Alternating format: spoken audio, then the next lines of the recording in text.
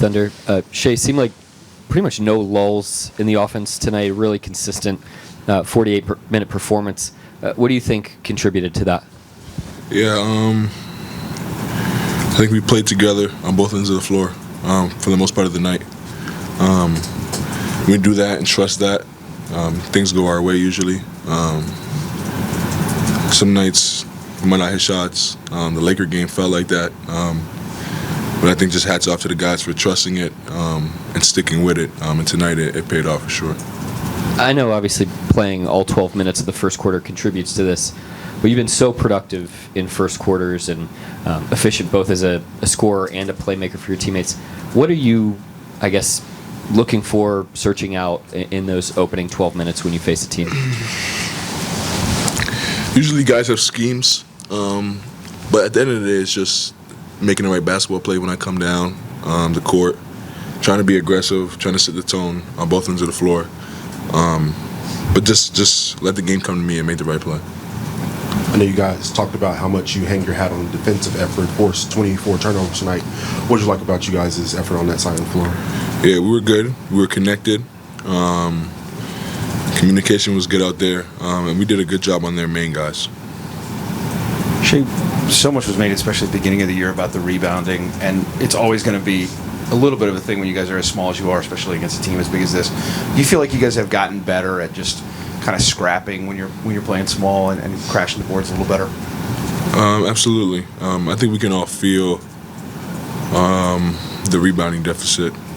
We can feel when it's like a big part of the game. We can feel the shift in momentum when it happens, and we just try to do everything we can. It's on the front of our minds and going through film and stuff like that. It's just something that we have to do as much as we can and control what we can control. When you're playing small the way you guys so often do, you're playing a team this big, there are always going to be trade-offs. Is tonight kind of the plus side of all that? When you move the ball, they've got bigger guys trying to chase it, that kind of stuff? Yeah, absolutely. With a team that big, you have to play fast. You have to move the ball. You have to make them work. Like you said, there's upsides and downsides, but we used the upsides to our advantage for sure tonight. Shai, on a drive in the game, you had a spin that you hit Lou on a shot in the corner that looked like a big reaction from both of you. It seems like you've really leveled up your passing game and just sort of all the passes that you can make. What went into that during the offseason to sort of develop those skills? I think playing Team Canada, I was like full-time point guard, and kind of seeing different coverages, different defenses with the teams across the world and the teams from all over the world. I think the game is slower. It's a lot more reading. It's a lot more. It's like a lot more like skilled and thinking is involved in that game, and I think it helped a lot. Intersect with the Athletic. On that play, Lou hits the three. The celebrations with Lou tonight just seemed to be a little bit bigger. Is there just like what does he mean to you? I was asking Mark about this, but what does Lou specifically mean to your group, especially when he's making shots? Lou's obviously our defensive anchor. He's been that for so long. He puts his hat on every night, guards the best player, runs around, doesn't pout. Some nights he doesn't get shots, some nights he does. Such a professional, such a good guy. And when guys like that succeed, it feels that much more better. Kirish is now shooting 50% from three. Whenever he's out there, what does he kind of give you guys? A fight, a dog mentality. He guards bigger guys. He guards smaller guys. He does whatever it takes. He rebounds. He offensive rebounds. He dives on the floor. He's a guy that every team in the NBA needs. We're lucky to have him for sure.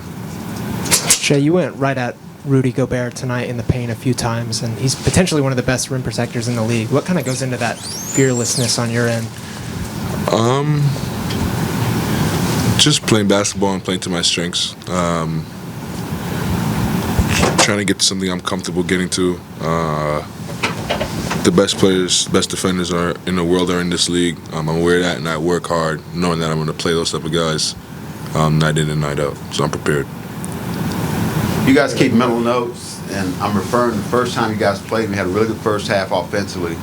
They went zone and kind of fouled your offense up. Yeah. They went zone the first quarter tonight. It obviously didn't affect you. What's that feel like?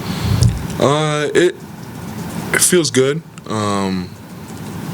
Still room to get better, but I think that's what we expect. We have a group of guys that attack every day, look in the mirror as an individual and as a team, and we know, like we hold each other accountable, and we know what we need to get better at, and that was one of the things, zone offense we've been working on, and I think we saw it pay off tonight. So I'm not surprised.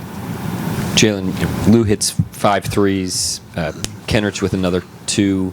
You seem to be able to find a lot of different guys from behind the arc as a team tonight. What are those guys doing when they're playing off the action to come up with good shooting angles? We call it creating windows, but it's just like finding space, when we drive. Who was the last team we played? The Lakers? Yeah, we got those looks against LA too. We just missed them. But those guys are really good at kind of next shot mentality, and they knocked them down tonight. So that was dope to see. Before the game, Mark said that playing against Denver, playing against the Lakers, kind of were nice preparation tools for this game tonight.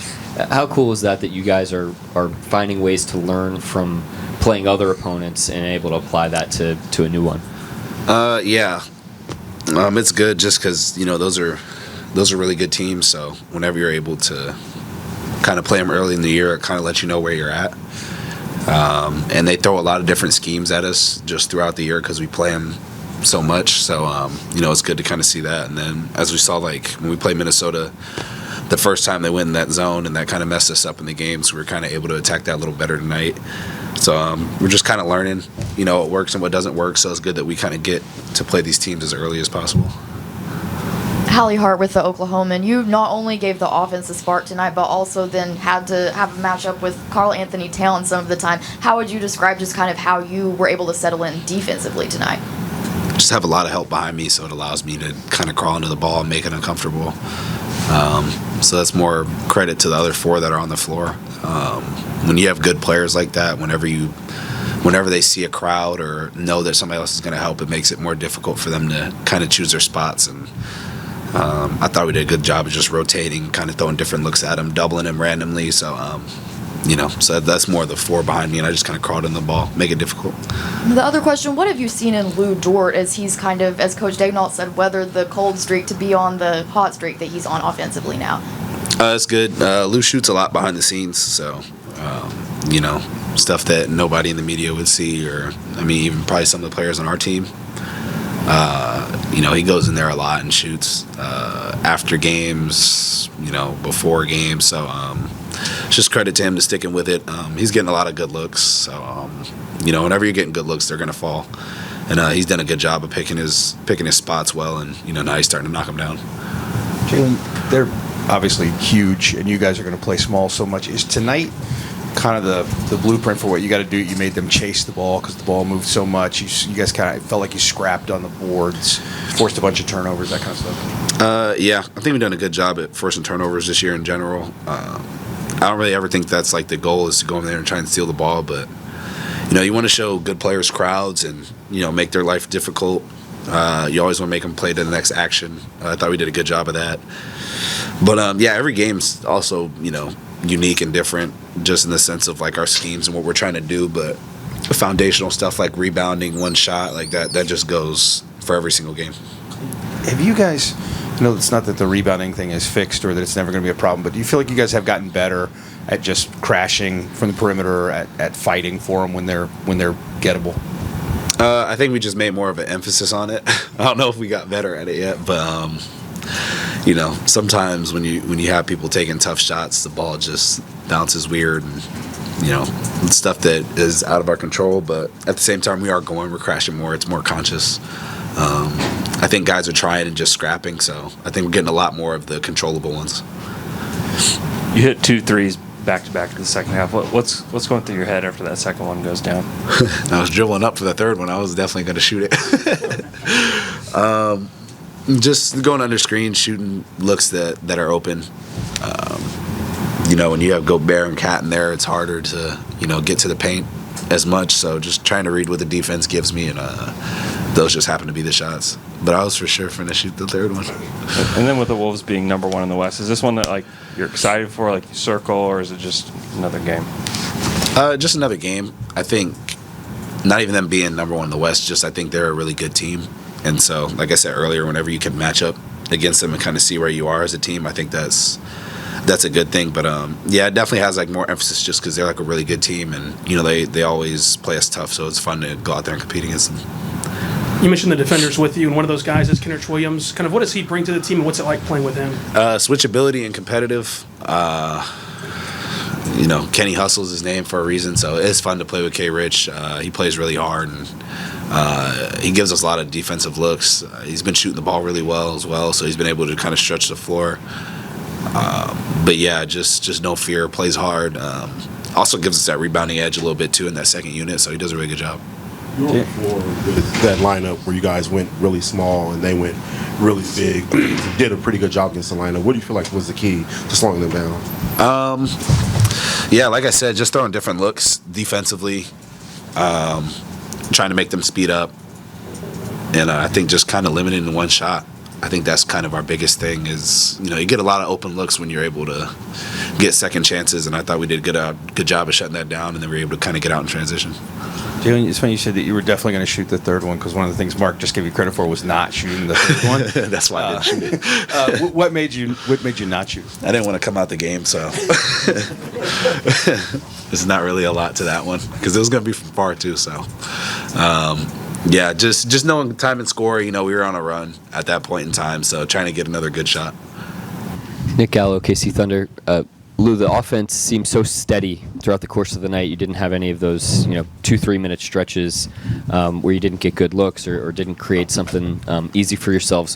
What was the key to that against the number one rated defense? Yeah, I'm gonna say just the way we moved the ball. I mean, we know they're a pretty good defensive team, and the way that they move around. So our main thing was just to move the ball and to try to find the best shot that we can find. That's what we did.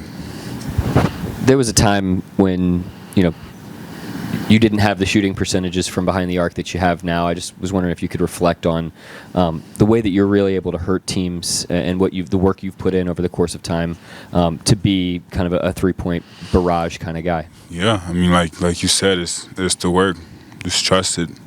Trying to, always shooting the ball with confidence. Shoot the ball to make it all the time, and that's just my mindset, and that's what's in my head. And then shoot the good ones at the same time. Whenever I'm open, the way that we move the ball, credit to my teammates. It's the way we move the ball like that. I'ma always find some good shots, so I just gotta knock it down. Kind of a follow up on that. You went through a little bit of a slump, but seemed to be back on track. What was the key for you to keep your head down and keep positive about taking the right shots? To keep trusting it, really. I mean, I kind of know what kind of shot I'm going to get every game now, so to just be ready and shoot it, it's going to happen to have some off nights. It's human, it's basketball, but, I'm going to just always shoot it with confidence. Then you guys forced 24 turnovers tonight. What did you like about the defensive effort? It was trusting it, just moving around, moving as a team.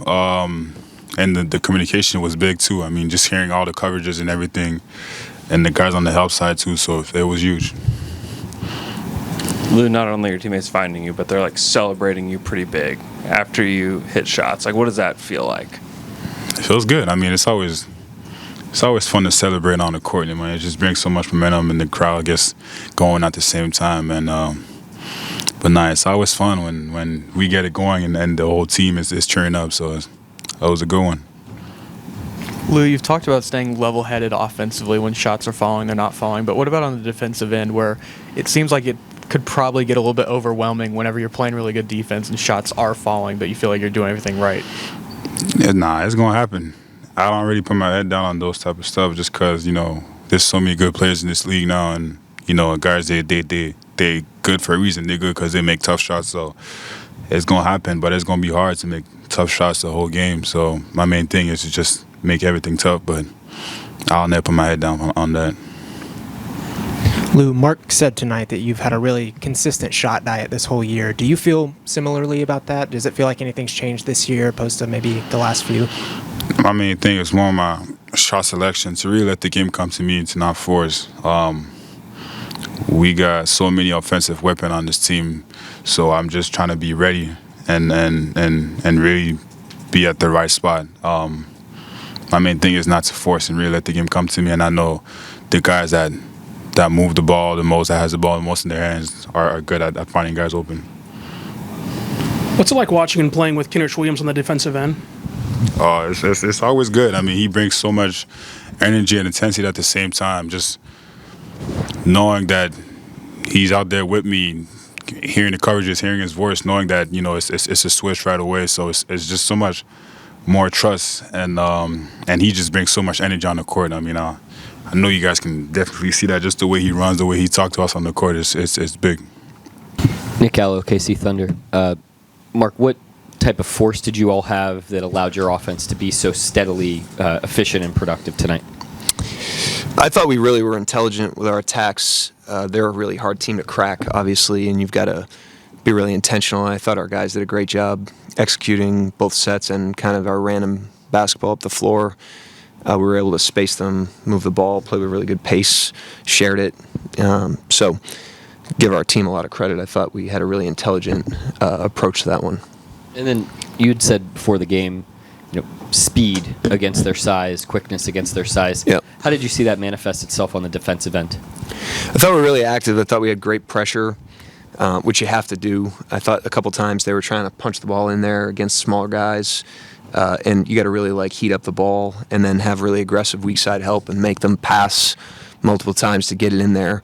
And then I thought we kind of scrapped on the glass when we were small like that. I thought Wiggs really helped us there. K. Rich, those guys really were tough down there. Kept plays alive even when they didn't get the ball. So great activity by that group specifically. You guys forced 24 turnovers tonight. What did you like about the defensive effort? I just think it was the activity, the same activity I was saying there. I just thought we had great intensity on that end. After the first quarter, I thought both teams were outscoring each other in the first period of the game, and then as the game wore on, we tightened on that end of the floor. Really in the second half, did a great job too. And I thought the turnovers were just a byproduct of that. Josh came back after missing a few days. What did you like from his performance tonight? You got him moving early. He had 7 assists in the game. Did a good job there. Found a couple cuts, which I think is critical for him just as an activity player. So it was good to have him back. Mark, we talked so much, especially early in the year, about the rebounding when you were playing as small as you were. How much is tonight kind of an example of what you're talking about with the trade-offs, the things you can do by playing small, the advantages you can have? Yeah, I mean, we want to get every rebound, obviously, but the game's not played in a vacuum. It doesn't come down to one thing. It's very interconnected. There's a lot of different facets to it, and we just want to be a team where, when you bake all that in, the benefit outweighs the cost. If we feel like it's a game where we can't do that, then we don't. But I thought tonight we were able to kind of dictate the pace of the game. I thought our intensity, like I said, our activity defensively is what allowed us to do that and allowed us to play that way. You mentioned scrapping on the boards, and there were some plays where second and third efforts kind of got you balls. That's some stuff that seemed like maybe it was missing some of the time when you were smaller, and you talked about having to get better at that. Do you feel like you guys have gotten better at just fighting even when you're small?